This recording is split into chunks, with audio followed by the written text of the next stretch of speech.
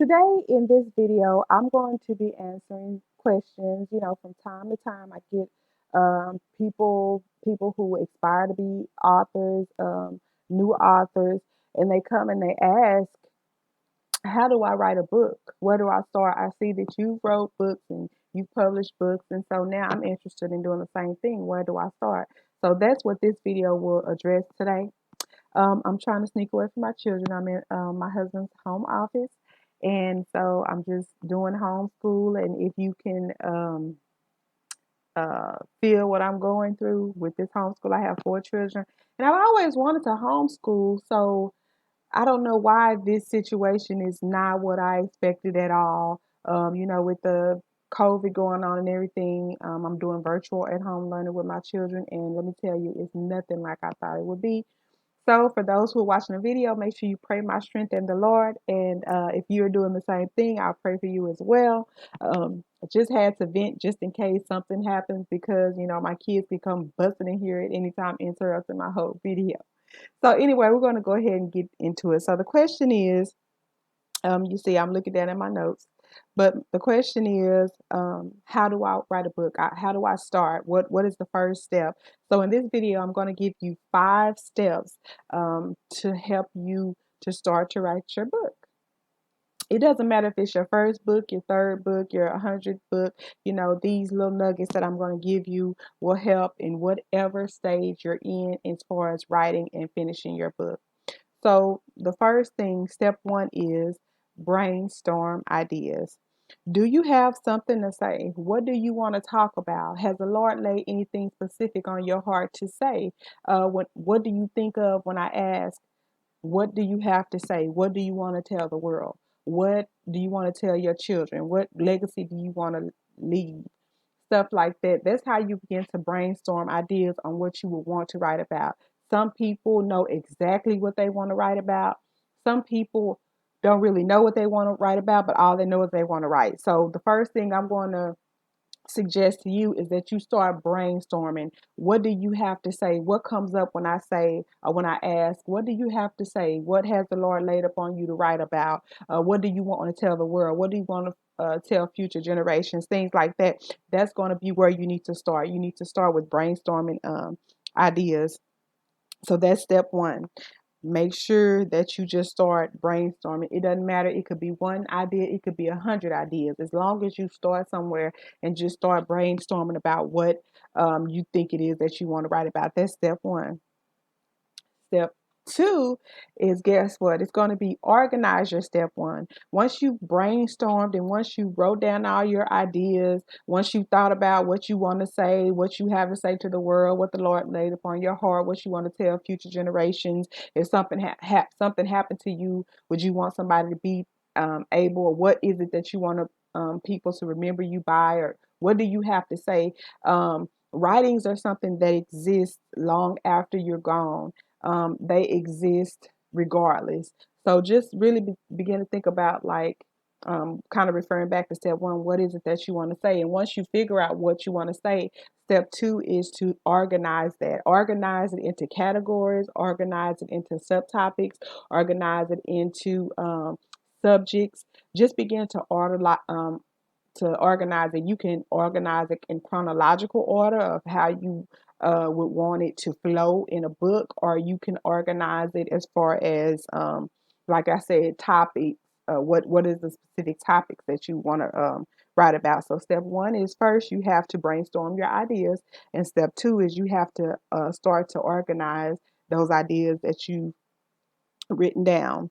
So make sure you also set aside ideas for your dedication page. If you're going to have a book, I like to do dedication pages. I like to read dedication pages that other people have done. So make sure that you set aside ideas for your dedication page, your forward. If you don't know what a forward is, you can go ahead and Google it. The forward of your book, your introduction. Also, and this is not real, this is just a little something I'm going to throw in there. A lot of people, to help the publicity or the scale of their book, if they know someone who's more knowledgeable, or someone who's a little bit more popular, or someone who already has things that they have written or books or whatever, or if they have any kind of influence in any kind of arena, a lot of people will have someone else to write the forward in their book. And so instead of it just being Arthur C.K. Foster, it would be Arthur C.K. Foster, with the forward by T.D. Jakes or forward by Dr. Cindy Trim or something like that. So if you thinking that you may want to bring someone in for your project, make sure that you leave ideas for that also. Write your ideas or brainstorm your ideas about how you would want the forward to look, the introduction of your book, the dedication page, things like that. And also, in my book Hypocrites Behind the Pulpit, after I wrote all the chapters, the last chapter of the book was kind of like where I summarized what I really wanted to say. Hopefully I got the point across in my book, but just in case I didn't, the last chapter of my book, I saved it to like kind of like organize the chapter, or to kind of organize oh, excuse me, Lord have mercy, it's time for me to eat. Anyway, I made sure that I wrote ideas and brainstorm ideas for that also. So when you're brainstorming for your ideas for what you want to write down, make sure that you also include those topics also. So after you have brainstorm ideas, once you have organized those ideas, however that looks to you, you could write it, you could type it, or whatever. But once you've done that, step number 3 is to start typing. Let me just say that I do type out what I have to write in my ideas and all that, but it's something about writing it down for me. It's something about actually getting a pen and a paper or a pencil or something like that and actually writing down what I want to say, writing down my thoughts. I don't have people to talk to. I don't have like family and friends and things like that. So being able to actually write down my ideas, or write down what I'm feeling, or write down what I want to express, it helps me in some type of psycho analysis, psychoanalytical. It helps me in some type of way, since I don't have those people that I can go and talk to. Just writing it down really helps. When I say write down, I mean physically getting a piece of paper, a tablet, or something, and actually writing down what it is that I want to say. It actually helps me to process my ideas, and it helps me to kind of release some emotional things that I have going on. Because, like I said, I just don't go to a lot of people and can talk, and it's only so much of my talking that my husband wants to hear. You know what I'm saying? It's only so many times he wanted to hear me talk about stuff that he's not interested in. So to give him a break, there's something about actually writing down, physically writing down what I want to say. And again, I'm on step 3. So I'm going to say with this typing that you're going to start, and a lot of I kind of skipped ahead, but a lot of people say, well, how do I start to actually write, or how do I actually start to type? Well, you can start as simple as a program such as Microsoft Word. You can just start typing and typing. We can always go back. We can save that work, and we can always go back and input it into another program. There are specific programs and specific apps that you can go to and you can use in order to organize these ideas, to get ready to format it to publish. So I would just suggest that you just start simple by just typing your ideas in the Microsoft Word. And also I know people have phones and iPhones, and these phones do some crazy good things these days. And so you can also talk, like I know someone that didn't have a laptop, but they wanted to go ahead and they wanted to start to write a book. And so I suggest if you don't have a computer, go ahead and get your phone, and you can actually type into your phone. You can type it into an email. You can type it into the voice recorder part on your app on your phone. You can just start to just talk to text on your phone, and you can save that information, and then you can upload it to you can transfer it to an email, or you can upload it in some other type of way to another type of document or computer whenever you get it. So you can start somewhere. You don't have to just say, well, I don't have no computer, I don't know where to start, I can't start writing. Yes, you can. You can start wherever you start, wherever you are, with whatever you have. If you have a pencil and paper, start that way. If you have a phone, start that way. If you don't have a laptop, that's fine. If you do have a laptop, but you don't have the apps and the software, which I'll talk about and discuss a little more in detail in a later video, just start where you are. When I first started and I wanted to self-publish my book, well, actually, I wasn't sure, which we're coming up on the next step. Step 4 is to, once you done the 3 steps, step 4 is to decide whether you want to go with traditional or self-publishing.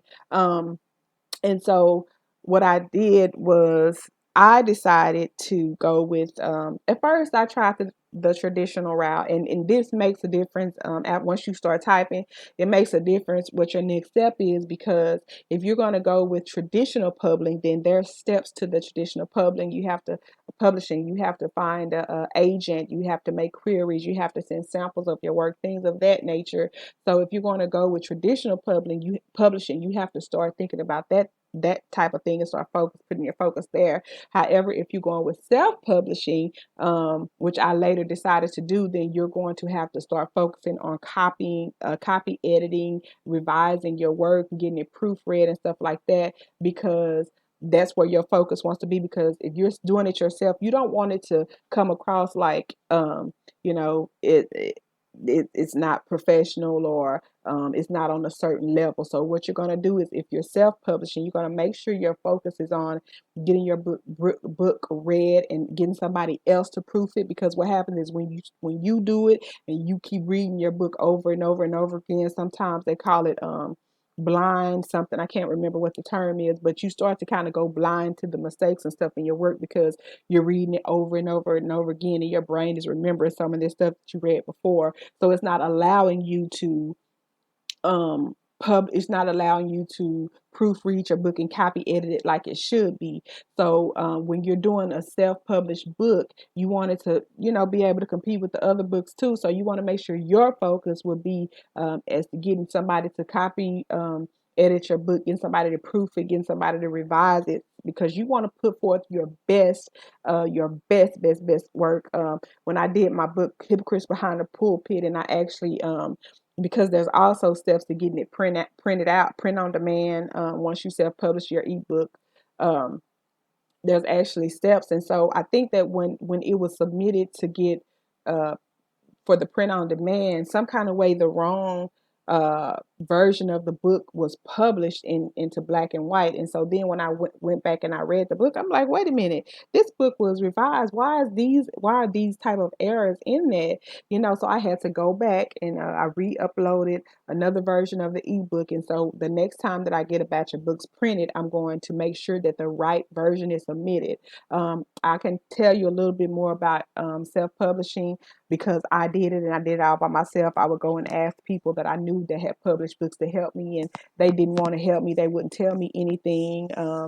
If they did tell me some things, it was not, they wanted me to pay them, and what they were offering was not worth what they wanted me to pay them. So with God, all things, nothing is impossible. All things are possible. So with him, and just leading and guiding me, I was able to self-publish my first ebook.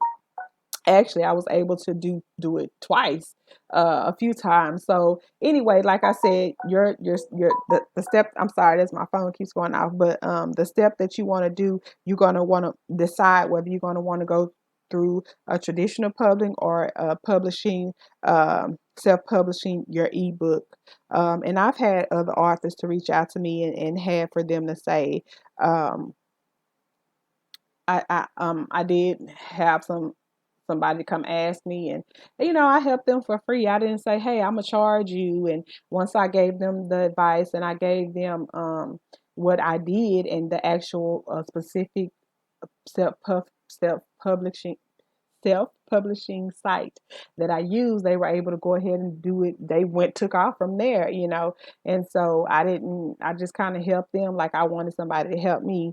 But anyway, I'm looking here in my notes, and I just wanted to say that I actually did begin the processes of traditional publishing, but the problem that I ran into was that the genre of my book it was now mind you, I am Christian, so I was looking for a Christian publishing company to publish my book, but because the name of it was Hypocrites Behind the Pulpit, I think a lot of traditional Christian publishing houses were like, no, we don't want to publish that, even though they didn't know what the book was about, but I guess they weren't interested just by the title. Also, let me just throw this in. Make sure that you put a lot of thought into the title of your book.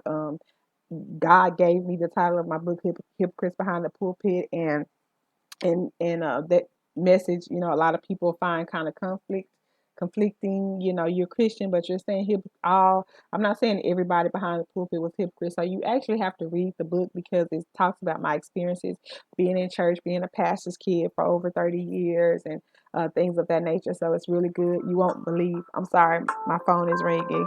Um, you won't believe some of the things that I went through when I was just me and my husband. We were going church to church to church. I mean, I got ran out of church one time when I was pregnant by a mob of angry men. Had pastors come to my yard, and it's just so much crazy stuff that I encountered. But I wrote it in order to help somebody who might be going through something similar. So anyway, once again, let me get back to the steps, and I was on step 4, which you need to decide whether you want to go with traditional publishing, which there are steps and there are things you need to focus on if you go from there forward, or if you want to do the ebook, which there are other different things that you need to focus on if you're going to do one or other. So that's why you have to decide, and you have to think about which way it is you want to go with your publishing. And so let's see if I have step 5. I think I've already talked about this, but the last thing you want to do is actually start to type, and you want to start to type in whatever program you have. You want to start wherever you are. You just want to start to type. And when I say start to type, I mean just start typing. Just type and type and type and type. Don't worry about spelling. Don't worry about editing as you go. That editing process is another whole nother step monster within itself. You want to just type and focus on what you're typing. You don't want to focus on how you are typing it. You just want to type and type and type and type, because that's a whole nother beast you have to tackle. So I just thank you for looking at the video, and I hope that my 5 steps help you. You can always reach out to me if you have any questions on Facebook, on Instagram, author CK Foster. Thank you for checking out our sponsors, which include Foster Child Entertainment, which the Kingdom Soldier store is coming up for custom printing. Also, you have Aromatherapy, which are creative products that were made through essential oils and through flowers. So make sure you check out Aromatherapy. That I have that website for you to check out. But if this blessed you, or if you got any kind of nugget or any kind of information out of this video, please make sure you like and subscribe, share. I will share my Cash App also if you want to bless me in any type of way. I hope you enjoyed the video. I look forward to doing many, many more. And if you have any questions, make sure you hit me up. Time for me to go and check on these homeschool kids. Lord, y'all help me. And I'll talk to you guys later. Bye, y'all.